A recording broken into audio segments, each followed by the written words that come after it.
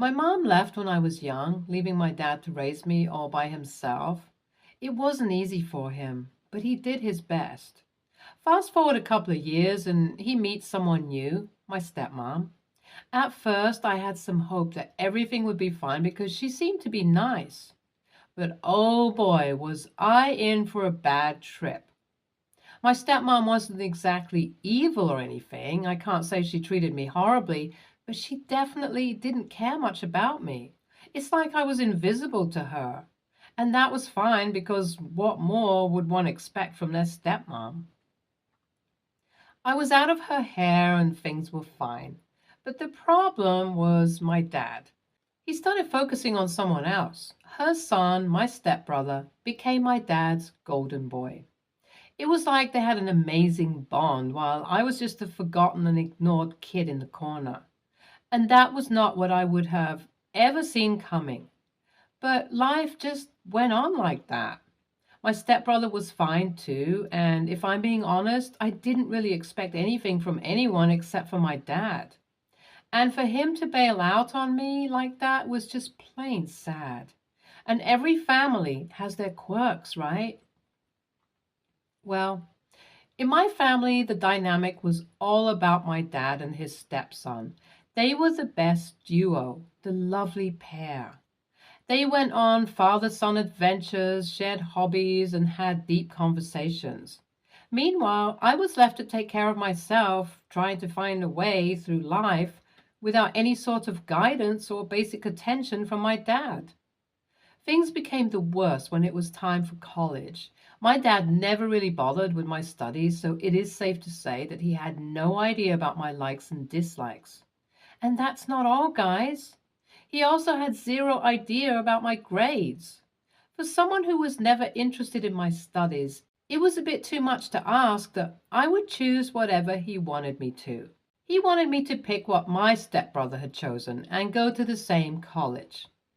I simply did not want to do that. I mean, I have my own life. And choosing my major was a big decision. I was not going to simply follow my stepbrother's footsteps because my dad wanted me to.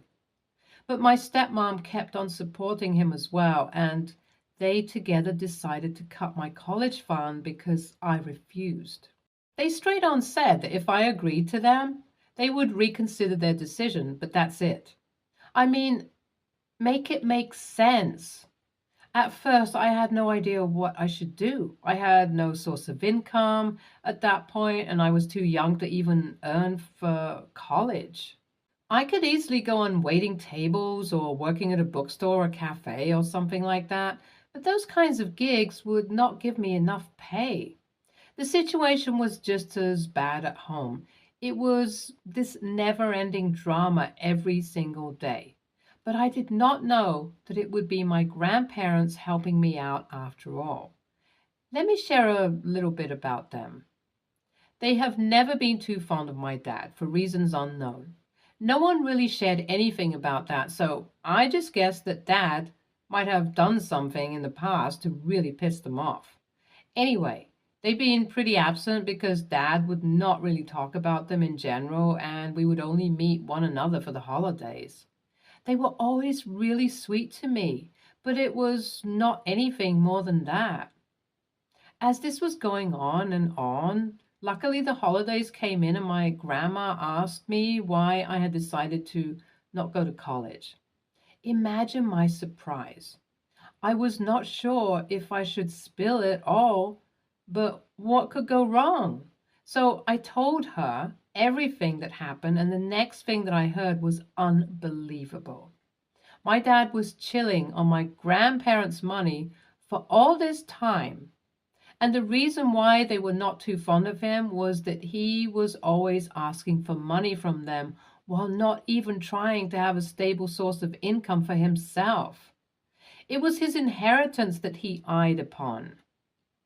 I didn't know any of this. To add to that, he lied to my grandparents, saying that I didn't want to go to any college. I was so mad at that point, and Grandma asked me if I would like them to pay because they would gladly do so. She also said that he told them other things, like me participating in various competitions and seminars, which cost money, while it was all a lie. Basically, he took quite a lot of money in my name from them. We all wanted to confront Dad, and I quickly went up to him, but he didn't let me speak much. Just kept on saying how I was an embarrassment and he was glad that he didn't have to pay for my education because it would anyway be a waste of money. I just said, okay. It confused my step, so I repeated myself saying that they don't need to pay and it's fine because someone else will. They were confused when Grandpa came in, and as I told them how they had decided to pay for my college, my dad's expression changed. I added that it's okay because not only will they pay for me, but also make their life worse because we all know about his shitload of lies that he said to get money. Grandma was furious and asked me in front of him whether I ever went to a summer camp, a beach trip, and so on. Geez, just imagine. I got almost ready eyed thinking how my dad treated me while using me to get money from his parents. I asked my grandma if I could move in with them, and she looked a little surprised but said yes.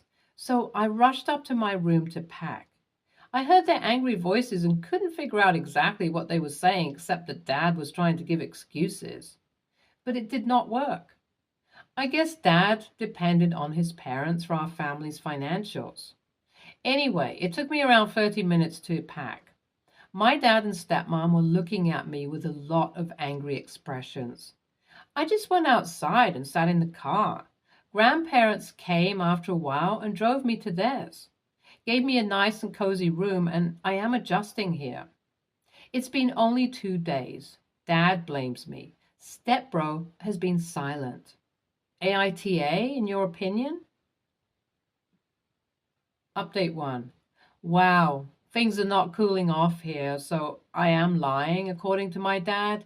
I mean, not like I would expect him to just say yes to everything, but my grandparents trusted me over him. I don't like doing this, though. I mean, he's my dad, but I can't see other options. Wish I did have something other than this. What do I do? Update 2. Cute of you guys to support me like this. Feels like I'm reading comments by an elder sibling.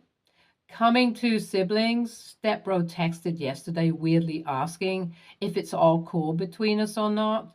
Like, okay, that's unnecessary, weird, and I don't know what to say to you. I said, yeah, it is fine unless he starts some beef. He didn't say anything. In other news, Dad is getting disowned probably. Not sure. The talk is happening, and getting disowned at this age is scary. Grandpa is very mad and is sure. Grandma is thinking, and Dad is begging them not to. I did not want to be a part of this. What has life become? Anyway, for the brighter side of life, I filled out the application forms for my college. Let's see. Update 3. Hello, guys. Sorry for this late update. I know it's a long gap, 3 weeks or so, but good news, I got to the second round. These things take time, but I feel pretty optimistic about getting in one of the 4 colleges I have applied. Everything is looking pretty good for now. As there's no worry about the college fee, I can be calm and focus on my career properly. Living with grandparents has been a little hectic because they have a lot of rules, but I don't mind. It is a little different because for all my life, no one cared about what I was doing when I was waking up, whether I was even eating and all that. They also have a curfew, but it's nice to know that people care about you. And even if they are getting mad at you, it's only because they're worried. Very nice feeling, honestly. Talking of Dad, he's not talking to me. Grandpa has completely stopped helping with whatever money he gave them, so things look tight for them, and they blame me for it all. But I am not going to focus on that. That's my aim. Enough of that for all these years. Now I'm finally starting to focus on my own life, and I won't let anyone take that away from me. Not happening. No. NTA, of course. Wow, okay. Grandma and grandpa are literal lifesavers. This is all so problematic. And your dad, God. And sorry to say, but your stepmom sounds like a little vixen, all sweet in front while showing the true colors by manipulating him, probably, like who knows. You should cut them off. Like, really, they're bad news, period. NTA, it's sad how you've been treated, and I'm so very sorry. You don't deserve this, any of it.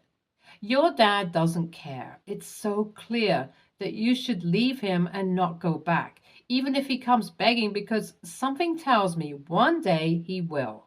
Focus on college, on life, on friends. God bless. Next story. For context, 5 to 6 years ago, in my late 20s, I realized, as many people do, that I could no longer eat and drink whatever I wanted 24/7.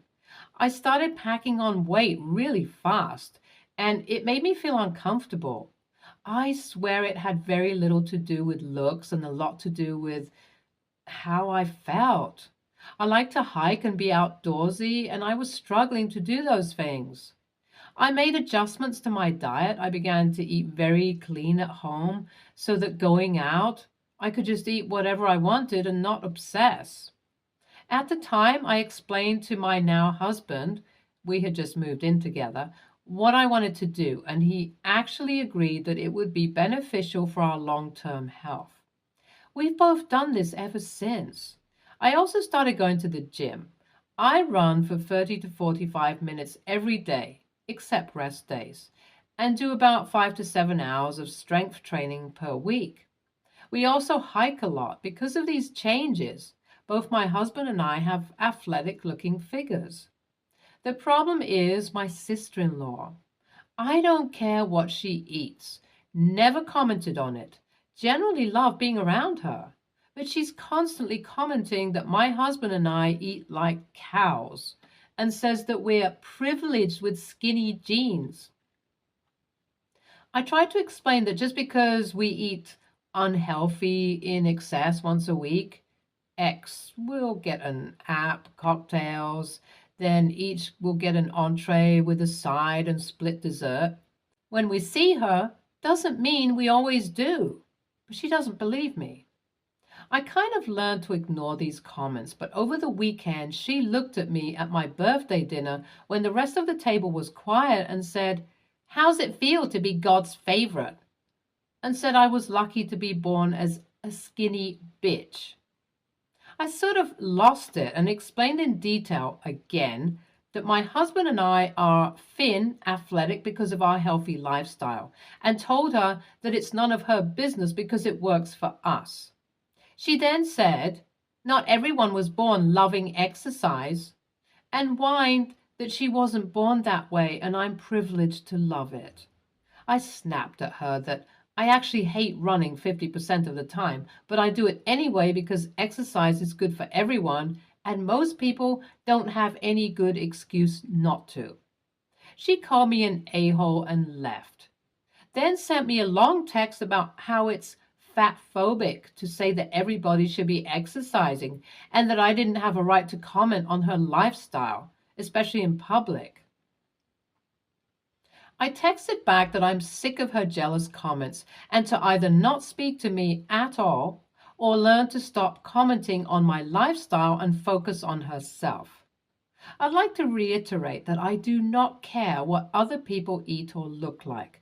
I made these changes for me, and my husband made the choice to do it for himself. Family is 50-50. Seemed to think I should be more sensitive, even though none spoke up all the years she commented on my body. AITA? NTA. Her statements are rude and out of place anywhere, at any time, let alone your birthday dinner. She's projecting her insecurities and channeling her resentment into repeated, unnecessary digs at you. You're not fat phobic. You're rudeness phobic. You're a-hole phobic. Tell her you're tired of being the focal point of her insecurities and lack of manners, and she needs to stop it. And shame on those relatives who thought what she said was okay. If they didn't like how you responded, They should have addressed it themselves long ago. NTA, she went to the extent of calling you a skinny bitch. Your sister-in-law is the only a-hole here. She sounds extremely jealous that you're able to have control to eat clean and healthy throughout the week, while also exercising to allow yourself one cheat day. She could follow the same lifestyle, even while doing less exercise, and begin to lose weight herself. She needs to redirect her negativity elsewhere and focus on her own health rather than the health of others. Next story. I, 31, female, have a wonderful dog. I've had him since he was 6 months old, and he has always slept on his bed in my bedroom. He has quite bad separation anxiety. He's a rescue, so he has always slept in my room. He doesn't sleep on my bed unless I'm sick and comes for a snuggle. I have been dating a wonderful guy, 34, male, for just over a year. Everything else is amazing, but he hates having the dog in the bedroom because he makes noise moving around, snores at times. I have made my dog sleep on the landing several times on his bed at the request of my boyfriend, but he, the dog, gets visibly anxious. He sits right behind the door and pants for hours, and it breaks my heart. This dog has gotten me through some extremely rough times, and he means the world to me. Knowing he's out there stressed just makes me anxious, and everyone but my boyfriend has a bad night's sleep as a result. The past few times boyfriend has stayed over, I have tried leaving the dog outside the room but ended up letting him in because A, it's my house, dog's house, and B, I just can't leave him stressed all night, and C, it isn't fair to have him in some nights but not others. The dog doesn't understand. He isn't even that loud, usually lies on his bed and goes to sleep and doesn't move until morning.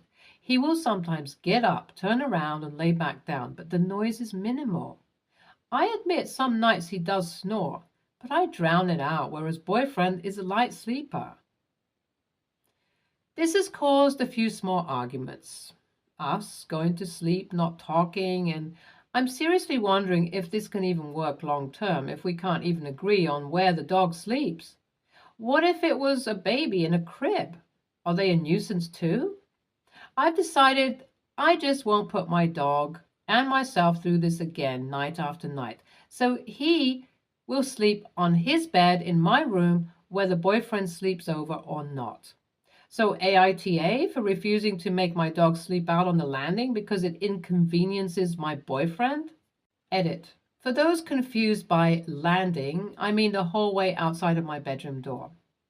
Edit 2. The dog does not sleep on my bed. He sleeps on a dog bed in the bedroom. Update.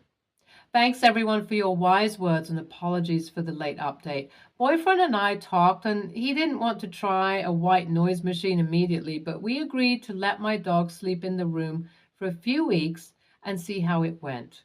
We are now quite a while on and he's been absolutely fine, both dog and boyfriend. I think boyfriend has gotten over the initial he makes too much noise stage and doesn't notice him anymore. His snoring, the boyfriend's, certainly suggests as much anyway. Happy doggo, happy me, and no complaints from boyfriend, so all good all around. If it hadn't worked, next step was white noise machine. NTA. Your dog is family and he comes first. I can slightly understand if he doesn't want the dog in the bed with you, but if he's in his own bed, that's his bed. He shouldn't have to be moved, which causes anxiety to an already anxious dog, because he moves around a lot or snores. What if you start snoring? Will he have to move you out of your bed too? NaH, there is no easy answer here. Yes, it's your place, your pup was there first, and you're well within your rights to not want to switch up the routine. Your doggo is hugely important to you, and that's more than understandable. I absolutely love dogs and love having them around. I have also, however, been in the situation of your partner. I dated a guy whose dog would sleep in the same bedroom, and as a light sleeper, it drove me nuts. You also mentioned your dog is large. That can make a difference. My dogs have always slept in another room. Not that you're wrong at all. I just can hear everything and they can shuffle around, snore, pant, etc. You mentioned your partner didn't grow up with pets, so whilst the situation is hard for you to understand, that's just his preference. Your preference for doggo in your room is more than okay, as is his for not wanting your puppy in the room you both sleep in. This is about current compatibility, and if either of you can adapt, compromise. I hope you can, and best of luck. NaH. The dog was there first. The dog is family. That is your baby, and you all have a routine. It is not unreasonable for you to be against changing that. However, your boyfriend isn't an a-hole either, as his life and routine do not include a dog like yours does. That's a big change, adjustment as well. As ridiculous as it can be at times, there is something to be said for the whole cat people, dog people argument. Cat people need to be with cat people, dog people with dog people. Yeah, you can like both and be all right with having both, but your partner needs to be in that boat too. And if you want no pets, date someone who wants no pets. Is your boyfriend a dog lover? If so, maybe suggest alternatives to the noise, such as a fan. White noise like that can prevent the dog from waking him. Talk to him. As a fellow dog lover, I'm sure something can be arranged that is more fair. If he isn't a dog person, you have to decide if that's okay in your relationship. I know that sounds extreme, but seriously, I'm not saying just dump him. What I am saying is everyone makes sacrifices and compromises in relationships. And maybe this sacrifice compromise is one too many to make. Only you can know that. So be mindful and look at the big picture when deciding what to do. It can be hard managing pets and relationships sometimes, lol. But hey, we say pets are family. Family can obviously be difficult on relationships, so I guess this should be expected. Stay tuned for more stories from our girl relationships.